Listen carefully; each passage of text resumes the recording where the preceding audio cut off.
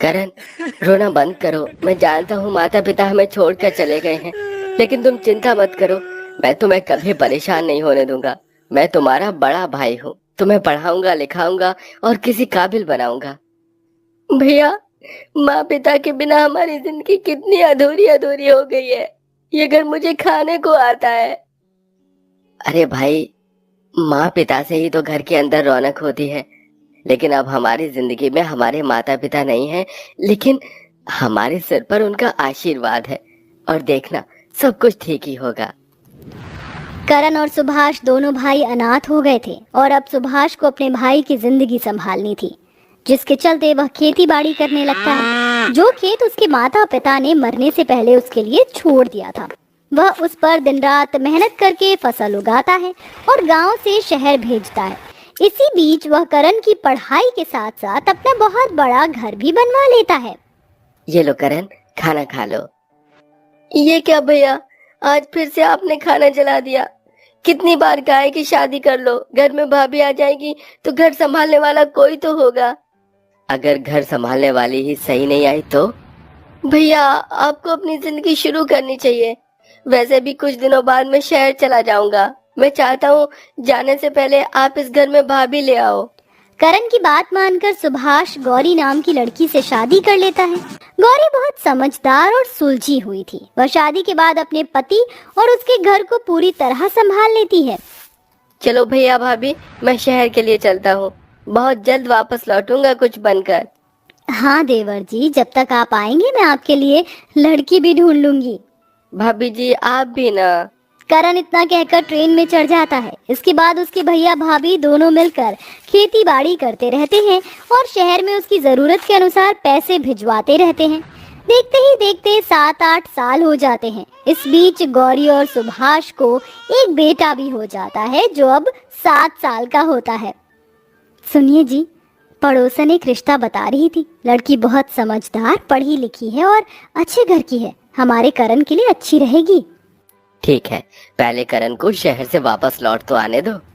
कुछ समय बाद जब करण अपनी पढ़ाई पूरी करके शहर से वापस घर आता है तो उसकी भाभी उसकी शादी करवाने के लिए उसे कहती है। भाभी भैया, दरअसल मुझे आपसे कुछ बात करनी है। मैं एक लड़की से प्यार करता हूँ और उसी से शादी भी करना चाहता हूँ। अरे देवर जी, आप तो बड़े छुपे रुस्तम निकले। अगर ऐसी बात थी तो आपने हमें बताया क्यों नहीं? हम उसी से शादी करवाएंगे जिससे आप शादी करना चाहते हैं। करण को शहर की सिमरन बहुत पसंद थी। गौरी और सुभाष दोनों सिमरन के घर पर शादी की बात करने पहुंच जाते हैं और उसका हाथ अपने भाई के लिए मांगकर वे दोनों की शादी करवाकर सिमरन को घर ले आते हैं। अरे बाप रे बाप, इतना बड़ा घर! यहाँ तो हर कमरे के अंदर एसी लगा हुआ है। मेरे पति के भाई इतने अमीर हैं, मुझे तो पता ही नहीं था। आ जाओ सिमरन, इस घर में तुम्हारा स्वागत है। आज से तुम इस घर की छोटी बहू हो और मेरी देवरानी हो। चलो, मैं तुम्हें तुम्हारा कमरा दिखा देती हूँ। बाहर बहुत गर्मी है और इतनी गर्मी में तुम सफ़र करके आई हो, थक गई होगी। गौरी इतना कहकर सिमरन को उसके कमरे में ले आती है। अपना कमरा देखकर सिमरन और भी ज़्यादा खुश होती है। ये कमरा तो बहुत अच्छा है। चलो अच्छा है, इसमें एसी लगा हुआ है, कम से कम गर्मी तो नहीं लगेगी। तुम आराम करो, अगर कुछ भी चाहिए हो या मेरी मदद की ज़रूरत हो तो मुझे बता देना।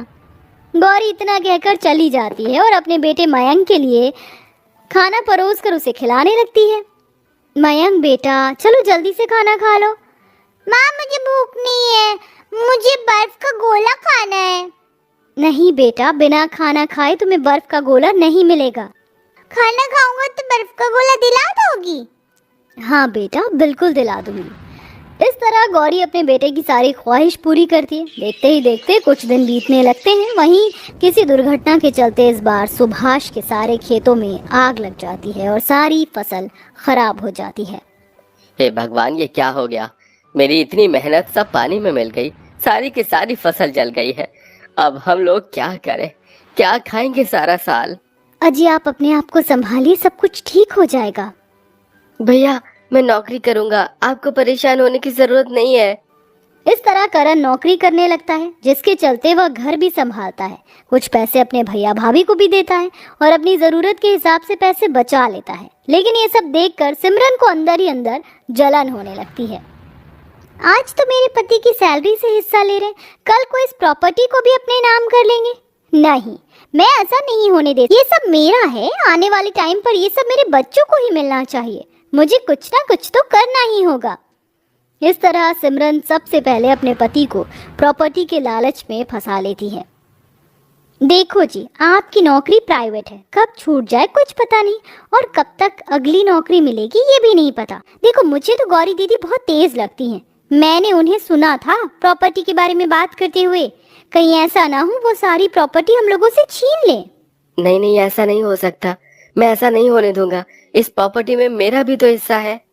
इसीलिए तो मैं आपको समझा रही हूँ, समय रहते अपने हिस्से पर कब्जा कर लीजिए, कहीं आगे जाकर हम हिस्से में बंटवारा भी ना ले पाए।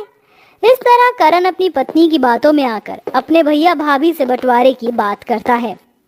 मुझे आप लोग मेरा हिस्सा दे दो, मुझे और कुछ नहीं चाहिए। ये रहे प्रॉपर्टी के पेपर्स, इन पर साइन कर दो भैया। माँ, चाचू क्या बात कर रहे हैं? क्या ये हमसे अलग होना चाहते हैं? चाचू, ऐसा मत कीजिए, हम सब एक साथ ही रहेंगे। करण मयंक की बातों को भी नजरअंदाज कर देता है। इसी के चलते अपने भाई की जीत के आगे सुभाष कुछ नहीं कर पाता और वह चुपचाप सभी पेपर्स पर साइन कर देता है।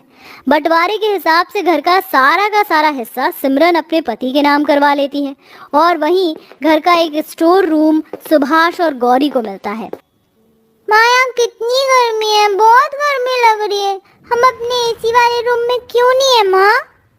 बेटा, तुम्हें गर्मी लग रही है? रुको, मैं तुम्हें हवा करती हूँ। गौरी हाथ वाले पंखे से मयंक को हवा करने लगती है। इस स्टोर रूम में कितनी गंदगी है, इसे हमें साफ करना होगा।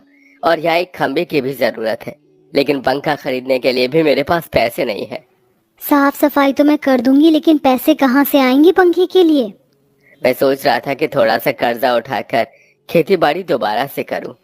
ठीक है जी, इस बार मैं भी आपकी मदद करवाऊंगी।